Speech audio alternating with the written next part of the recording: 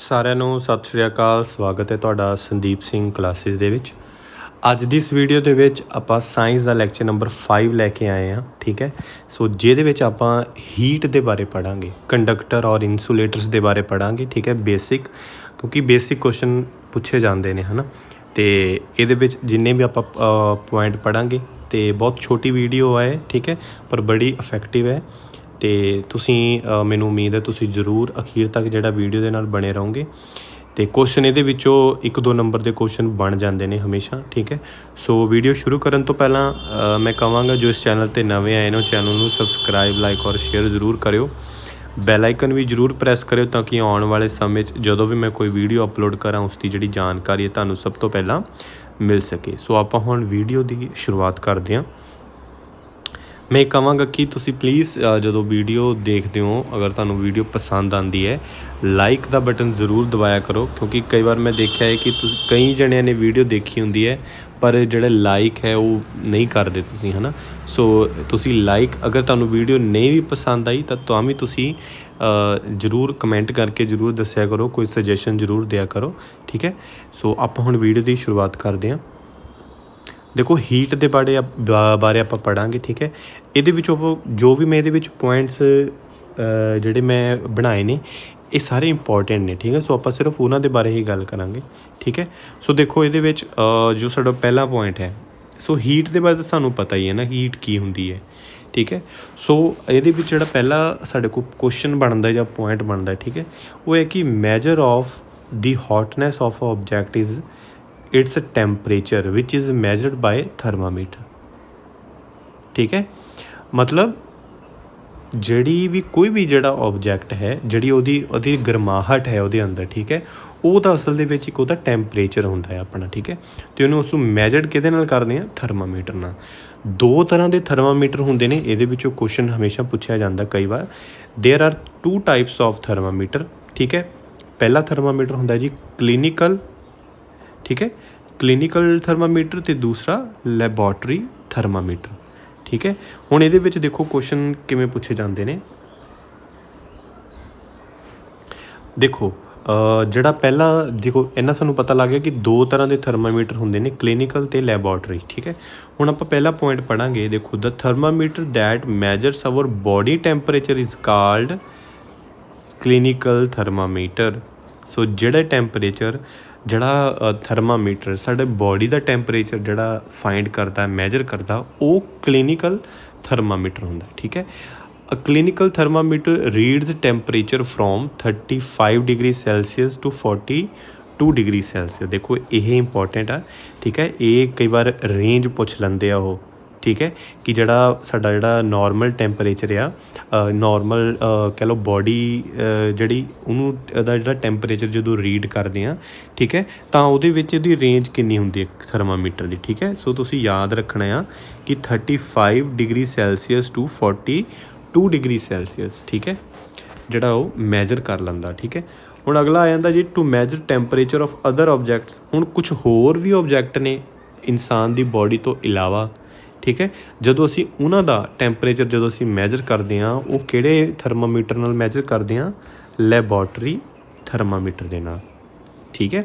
ਹੁਣ 2 ਚੀਜ਼ਾਂ ਆ ਕਿ ਇਨਸਾਨ ਦੀ ਜਿਹੜੀ ਬੋਡੀ ਹੈ, ਜਦੋਂ ਅਸੀਂ ਬੋਡੀ ਟੈਂਪਰੇਚਰ ਜਿਹੜੇ ਅਸੀਂ ਥਰਮਾਮੀਟਰ ਦੇ ਨਾਲ ਅਸੀਂ ਮੈਜਰ ਕਰਦੇ ਹਾਂ ਉਹ ਹੁੰਦਾ ਕਲੀਨਿਕਲ, ਅਤੇ ਜਿਹੜੇ ਕੋਈ ਹੋਰ ਆਬਜੈਕਟ ਦਾ ਜਦੋਂ ਅਸੀਂ ਟੈਂਪਰੇਚਰ ਮੈਜਰ ਕਰਦੇ ਹਾਂ ਉਹ ਕਿਹਦੇ ਨਾਲ ਕਰਦੇ ਹਾਂ? ਅਸੀਂ ਲੈਬੋਰਟਰੀ ਥਰਮਾਮੀਟਰ ਦੇ ਨਾਲ, ਠੀਕ ਹੈ। ਔਰ ਜਿਹੜੀ ਲੈਬੋਰਟਰੀ ਥਰਮਾਮੀਟਰ ਦੀ ਜਿਹੜੀ ਰੇਂਜ ਆ ਉਹ ਕੀ ਆ? -10 ਡਿਗਰੀ ਟੂ 110 ਡਿਗਰੀ ਸੈਲਸੀਅਸ, -10 ਤੋਂ 110 ਡਿਗਰੀ ਸੈਲਸੀਅਸ, ਠੀਕ ਹੈ। ਕਲੀਨਿਕਲ ਦਾ ਹੈਗਾ ਜੀ 35 ਤੋਂ 42, ਔਰ ਜਿਹੜਾ ਲੈਬੋਰਟਰੀ ਦਾ ਹੈਗਾ ਉਹ -10 ਤੋਂ 110 ਡਿਗਰੀ ਸੈਲਸੀਅਸ। ਅਤੇ ਇਹਦੇ ਵਿੱਚੋਂ question last year I think, ਉਸ ਤੋਂ ਪਿਛਲੀ ਵਾਰੀ ਕੁਐਸਚਨ ਇਹਦੇ ਵਿੱਚੋਂ ਪੁੱਛਿਆ ਗਿਆ ਸੀ, ਠੀਕ ਹੈ। ਇੱਕ ਕੁਐਸਚਨ ਇਹ ਪੁੱਛ ਲੈਂਦੇ ਆ ਕਿ what is the normal temperature of human body. So 37 degree Celsius ਜਿਹੜਾ ਆ ਹਿਊਮਨ ਬੋਡੀ ਦਾ ਜਿਹੜਾ ਟੈਂਪਰੇਚਰ ਆ, ਠੀਕ ਹੈ। ਹੁਣ ਉਸ ਤੋਂ ਬਾਅਦ ਆ ਜਾਂਦਾ ਜੀ ਕੰਡਕਸ਼ਨ ਕੀ ਹੁੰਦਾ ਆ, ਠੀਕ ਹੈ। The process by which heat is transferred from hotter end to the colder end of an object is called conduction, ਠੀਕ ਹੈ। ਸੋ ਇਹ ਕੀ ਆ ਕਿ कि कोई भी मतलब ਜਿਹੜਾ ਇੱਕ ਐਂਡ ਵਾ ਉਹ ਹੌਟਰ ਹੈ, ਦੂਸਰਾ ਜਿਹੜਾ ਐਂਡ ਆ ਉਹ ਕੋਲਡਰ ਹੈ ਨਾ। ਸੋ ਜਦੋਂ ਹੀਟ ਜਿਹੜੀ ਹੈ hotter end to the colder end ਵੱਲ ਜਿਹੜੀ ਜਾਂਦੀ ਹੈ ਉਹਨੂੰ ਆਪਾਂ ਕੰਡਕਸ਼ਨ ਕਹਿ ਦਿੰਦੇ ਹਾਂ, ਠੀਕ ਹੈ। The materials which allow heat to pass through them easily. ਹੁਣ ਕੁਛ ਮਟੀਰੀਅਲਸ ਇੱਦਾਂ ਹੁੰਦੇ ਨੇ ਕਿ ਜਿਨ੍ਹਾਂ ਦੇ ਵਿੱਚੋਂ ਹੀਟ ਜਿਹੜੀ ਹੈ ਉਹ ਪਾਸ ਕਰ ਜਾਂਦੀ ਹੈ ਈਜ਼ੀਲੀ, ਉਹਨਾਂ ਨੂੰ ਆਪਾਂ ਕੀ ਕਹਿ ਦਿੰਦੇ ਹਾਂ, ਉਹਨਾਂ ਨੂੰ ਕਹਿ ਦਿੰਦੇ ਹਾਂ ਕੰਡਕਟਰਸ ਆਫ ਹੀਟ, ਠੀਕ ਹੈ। For example aluminium, iron, copper. ਤੁਸੀਂ ਦੇਖੋ ਆਇਰਨ ਨੂੰ ਅਸੀਂ ਜਦੋਂ ਅਸੀਂ ਗਰਮ ਕਰਨ ਦੀ ਕੋਸ਼ਿਸ਼ ਕਰੀਏ ਕਿਸੇ ਵੀ ਚੀਜ਼ ਦੇ ਨਾਲ, ਠੀਕ ਹੈ, ਤਾਂ ਉਹ ਕੀ ਹੁੰਦਾ ਆ, ਮਤਲਬ ਉਹ ਆਇਰਨ ਵੀ ਗਰਮ ਹੋ ਜਾਂਦਾ। ਇਹਦਾ ਮਤਲਬ ਉਹ ਆਇਰਨ ਜਿਹੜਾ ਆ ਉਹ ਗੁੱਡ ਕੰਡਕਟਰ ਆਫ ਹੀਟ ਆ, ਠੀਕ ਹੈ, ਮਤਲਬ ਉਹਦੇ ਤੋਂ ਹੀਟ ਪਾਸ ਹੋ ਜਾਂਦੀ ਆ। ਅਗਲਾ ਪੁਆਇੰਟ ਆ ਜਾਂਦਾ materials which do not allow heat to pass through ਦਮ ਈਜ਼ਲੀ। ਹੁਣ ਕੁਛ ਇੱਦਾਂ ਦੇ ਮਟੀਰੀਅਲ ਵੀ ਹੁੰਦੇ ਨੇ ਕਿ ਜਿਹੜੇ ਹੀਟ ਪਾਸ ਜਿਹੜੇ ਆ ਉਹ ਨਹੀਂ ਕਰਨ ਦਿੰਦੇ ਉਹਨਾਂ ਨੂੰ, ਜਾਂ ਬਹੁਤ ਜ਼ਿਆਦਾ ਟਾਈਮ ਲਗਾਉਂਦੇ ਨੇ, ਠੀਕ ਹੈ, ਤਾਂ ਉਹ ਕੀ ਹੁੰਦੇ ਨੇ ਪੂਅਰ ਕੰਡਕਟਰ ਆਫ ਹੀਟ, ਜਿਹਦੇ ਵਿੱਚ ਪਲਾਸਟਿਕ ਐਂਡ ਵੁੱਡ ਜਿਹੜਾ ਆ ਉਹ ਆ ਜਾਂਦਾ। ਇਸ ਲਈ ਤੁਸੀਂ ਦੇਖੋਗੇ ਕਿ ਸਾਡੇ ਘਰ ਦੇ ਵਿੱਚ ਜੋ ਫਰਾਈ ਪੈਨ ਵਗੈਰਾ ਹੁੰਦੇ ਨੇ, ਜਿਹੜੇ ਵੀ ਭਾਂਡੇ ਹੁੰਦੇ ਨੇ ਆਪਾਂ ਗੈਸ 'ਤੇ ਜਿਨ੍ਹਾਂ 'ਤੇ ਆਪਾਂ ਖਾਣਾ ਬਣਾਉਂਦੇ ਹਾਂ, ਉਹਨਾਂ ਦੀ ਜਿਹੜੀ ਹੱਥੀ ਹੁੰਦੀ ਹੈ, ਠੀਕ ਹੈ, ਉਹ ਹਮੇਸ਼ਾ ਹੀ ਪਲਾਸਟਿਕ ਦੀ ਜਾਂ ਵੁੱਡ ਦੀ ਹੁੰਦੀ ਹੈ। ਕਿਉਂਕਿ ਹੁਣ ਉੱਦਾਂ ਅਸੀਂ ਕਿਉਂਕਿ ਤਵਾ ਜਦੋਂ ਅਸੀਂ ਮੰਨ ਲਓ ਤਵਾ ਆਪਾਂ ਗੈਸ 'ਤੇ ਰੱਖਦੇ ਹਾਂ ਤਾਂ ਉਹ ਤਾਂ ਬਹੁਤ ਜ਼ਿਆਦਾ ਗਰਮ ਹੋਇਆ ਹੁੰਦਾ ਹੈ ਨਾ, ਤਾਂ ਅਸੀਂ ਉਹਨੂੰ ਟੱਚ ਕਰਾਂਗੇ ਤਾਂ ਸਾਡਾ ਹੱਥ ਸੜ ਜਾਣਾ। ਇਸੇ ਲਈ ਜਿਹੜਾ ਉਹਦੀ ਹੱਥੀ ਹੈ ਜਿੱਥੋਂ ਫੜ ਕੇ ਅਸੀਂ ਉਹਨੂੰ ਹਿਲਾ ਸਕਦੇ ਹਾਂ ਜਾਂ ਇੱਧਰ ਉੱਧਰ ਕਰ ਸਕਦੇ ਹਾਂ, ਤਾਂ ਉਹ ਵਾਲਾ ਹਿੱਸਾ ਹਮੇਸ਼ਾ ਉੱਤੇ ਪਲਾਸਟਿਕ ਹੁੰਦਾ ਆ, ਠੀਕ ਹੈ, ਜਾਂ ਉੱਤੇ ਲੱਕੜ ਹੁੰਦੀ ਹੈ, ਠੀਕ ਹੈ।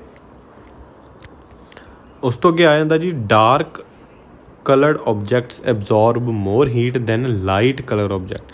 ਜਿਹੜੇ ਡਾਰਕ ਕਲਰ ਆਬਜੈਕਟ ਹੁੰਦੇ ਨੇ, ਠੀਕ ਹੈ, ਕੋਈ ਵੀ ਜਿਹੜੇ ਕਾਲੇ ਰੰਗ ਦੇ ਹੁੰਦੇ ਨੇ ਜਾਂ ਬਹੁਤ ਜ਼ਿਆਦਾ ਡਾਰਕ ਕਲਰ ਹੁੰਦੇ ਨੇ, ਉਹ ਜ਼ਿਆਦਾ ਹੀਟ ਐਬਜ਼ੋਰਬ ਕਰਦੇ ਨੇ ਲਾਈਟ ਕਲਰ ਦੇ ਨਾਲੋਂ, ਠੀਕ ਹੈ। That is the reason we feel more comfortable in light colours cloth in summer. ਇਹੀ ਕਾਰਨ ਹੈ ਕਿ ਅਸੀਂ ਗਰਮੀਆਂ ਦੇ ਵਿੱਚ ਜਿਹੜਾ ਹੈ ਅਸੀਂ ਜਿਹੜੇ ਲਾਈਟ ਰੰਗ ਦੇ ਕੱਪੜੇ ਜ਼ਿਆਦਾ ਪਾਉਂਦੇ ਹਾਂ, ਠੀਕ ਹੈ।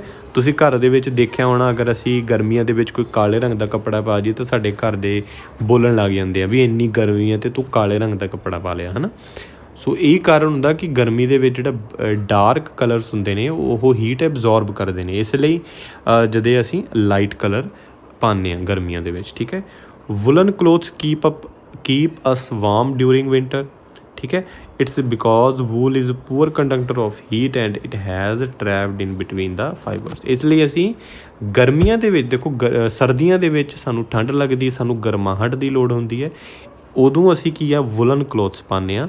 ਔਰ ਡਾਰਕ ਕਲਰਸ ਅਸੀਂ ਸਰਦੀਆਂ ਵਿੱਚ ਵੀ ਪਾਉਂਦੇ ਹਾਂ, ਹੈ ਨਾ, ਕਿਉਂਕਿ ਉਦੋਂ ਸਾਨੂੰ ਚਾਹੀਦੀ ਹੁੰਦੀ ਹੈ ਹੀਟ, ਇਸ ਲਈ ਬਲੈਕ ਕਲਰ ਹੀਟ ਐਬਜ਼ੋਰਬ ਕਰ ਲੈਂਦਾ, ਠੀਕ ਹੈ। ਇਸ ਲਈ ਆਪਾਂ ਵਿੰਟਰ ਦੇ ਵਿੱਚ ਪ੍ਰੈਫਰ ਕਰਦੇ ਹਾਂ ਡਾਰਕ ਕਲਰ ਕਲੋਥਸ, ਠੀਕ ਹੈ। ਸੋ ਇਹ ਜੀ ਹੀਟ ਦੇ ਵਿੱਚੋਂ ਕੁਛ ਇੰਪੋਰਟੈਂਟ ਪੁਆਇੰਟ ਸੀਗੇ, ਠੀਕ ਹੈ, ਜੋ ਮੈਂ ਨੋਟ ਕੀਤੇ ਹੋਏ ਸੀਗੇ। ਉਮੀਦ ਹੈ ਤੁਹਾਨੂੰ ਇਹ ਵੀਡੀਓ ਵਧੀਆ ਲੱਗੀ ਹੋਏਗੀ ਅਤੇ ਤੁਸੀਂ ਅਖੀਰ ਤੱਕ ਜਿਹੜੇ ਬਣੇ ਰਹੇ ਹੋਵੋਗੇ। ਸੋ ਤੁਹਾਡੇ ਸਾਰਿਆਂ ਦਾ ਧੰਨਵਾਦ। ਸਤਿ ਸ਼੍ਰੀ ਅਕਾਲ।